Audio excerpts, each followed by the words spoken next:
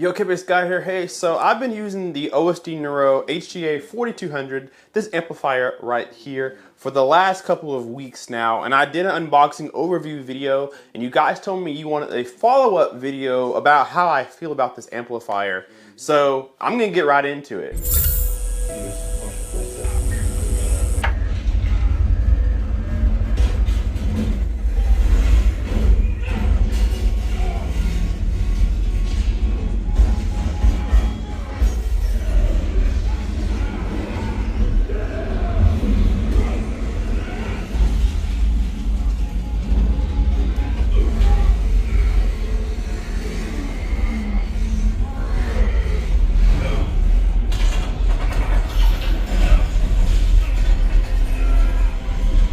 So this amplifier here, what used to be in this place was another OSD Neuro amplifier. It's the predecessor to this one. I had the OSD Neuro 5180, and that one was a 5-channel amplifier.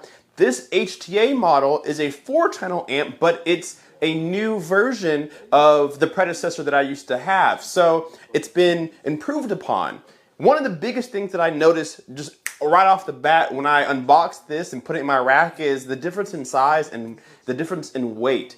This thing is a lot taller than the previous one that I had, but it's about the same width and the same depth. The previous one that has one extra amplifier than this one does was much heavier. This one is a little bit lighter, and it's a difference of Class AB amps. They weren't using AB amps in their previous generation, if I'm not mistaken. So like I said, you guys wanted a follow-up review on this amplifier, and I'm here to give you that. So right now, this is hooked up to my 4 Atmos speakers, which is what a lot of people are going to use the 4 channels for, is for their Atmos speakers, since most people are running 4 Atmos in their system. But I did use this as my dedicated amplifier for the front, left, and right, and the center channel, because I wanted to see and hear what it does in a more active position. So first and foremost, it sounds great. I have zero complaints of how it sounds, and I knew that would be the case because of the last one that I had. It sounded excellent. This one sounds excellent too. One of the nitpicks that I have with this is their power ratings. Now, it does give some pretty good juice. It can power some pretty hefty speakers, some very power-hungry speakers, 4 ohms, 6 ohms, 8 ohms. It really doesn't matter to this amplifier, but the 4200, the model name, what that suggests, the 4 is the 400, or excuse me, the 4 is the 4 channels, the 2 is the 200 watts that this will give you. So the 4200 is 4 channels, 200 watts, but that's at 4 ohms and a lot more distortion. It really spends about most of its time being maybe 140 watts or 150 watts, 160 watts. So yes, you can get up to about 200 or more watts out of this, but with comes more power, comes distortion.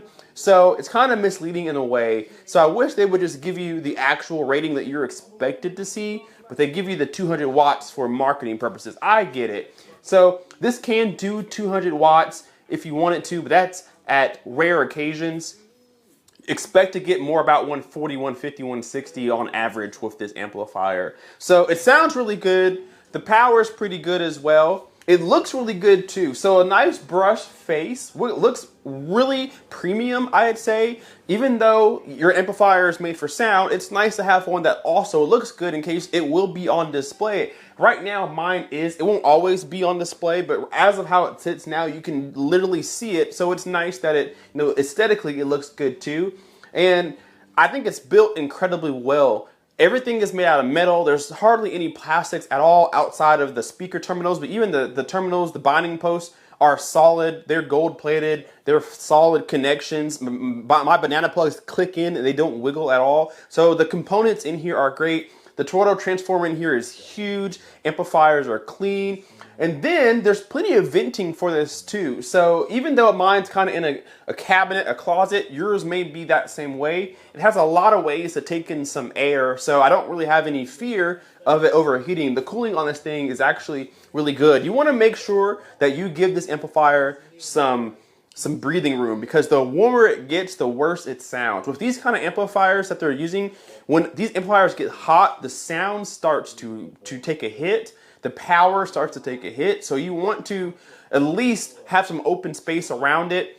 I have a fan in here. I recommend putting a fan on it just to further keep it cool. I have an Aircom S7 that turns on automatically at a certain temperature, and it turns on higher and higher the hotter it gets. So I recommend putting one of those in with your amplifier just for reassurance, but I think this will be a solid performer. So like I said, I was using it for my front channels. Plenty of power, heard no distortion. I have no hiss or any kind of whine, no popping in my system whatsoever, just like I didn't before I had this amplifier, so kudos to them for that.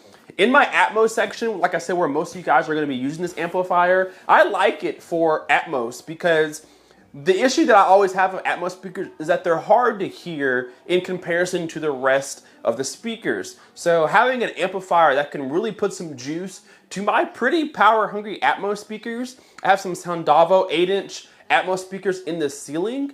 They like power. They take power to make sound, and this gives them all the juice that they could want plus more. So when I am listening at crazy high volumes, this amplifier is sending tons of power to those Atmos speakers. Therefore, they're keeping up with the rest of the system that is also powered with a power-hungry amplifier too. My Monolith 7's down below. Just to compare the two, since they are next to each other, down below is the Monolith 7X. You guys can't see it from where you are, but I'll shoot some B-roll of it.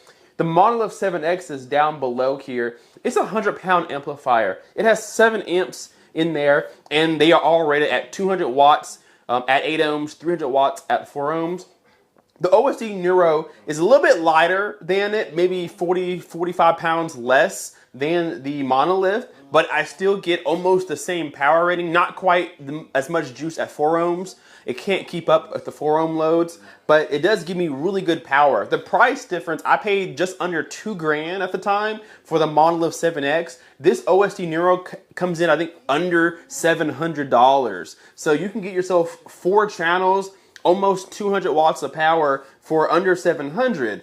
You can't really do that with a lot of amplifiers nowadays, at least not ones that give you this kind of power with this kind of build quality. So to end this video, I love the OSD Neuro amplifiers. If you're looking at the 3-channel, the 5-channel, 7-channel, they have some multi-channels.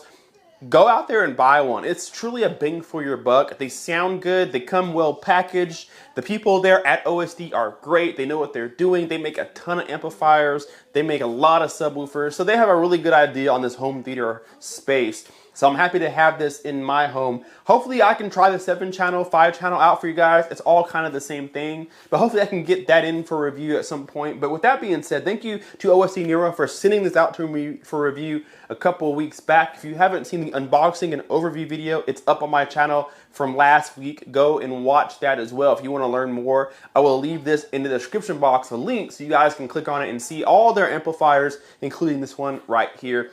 Thank you guys so much for watching. Hit that like button, subscribe if you're not already, and we will see you in the next video. K-Bass Guy out. Peace.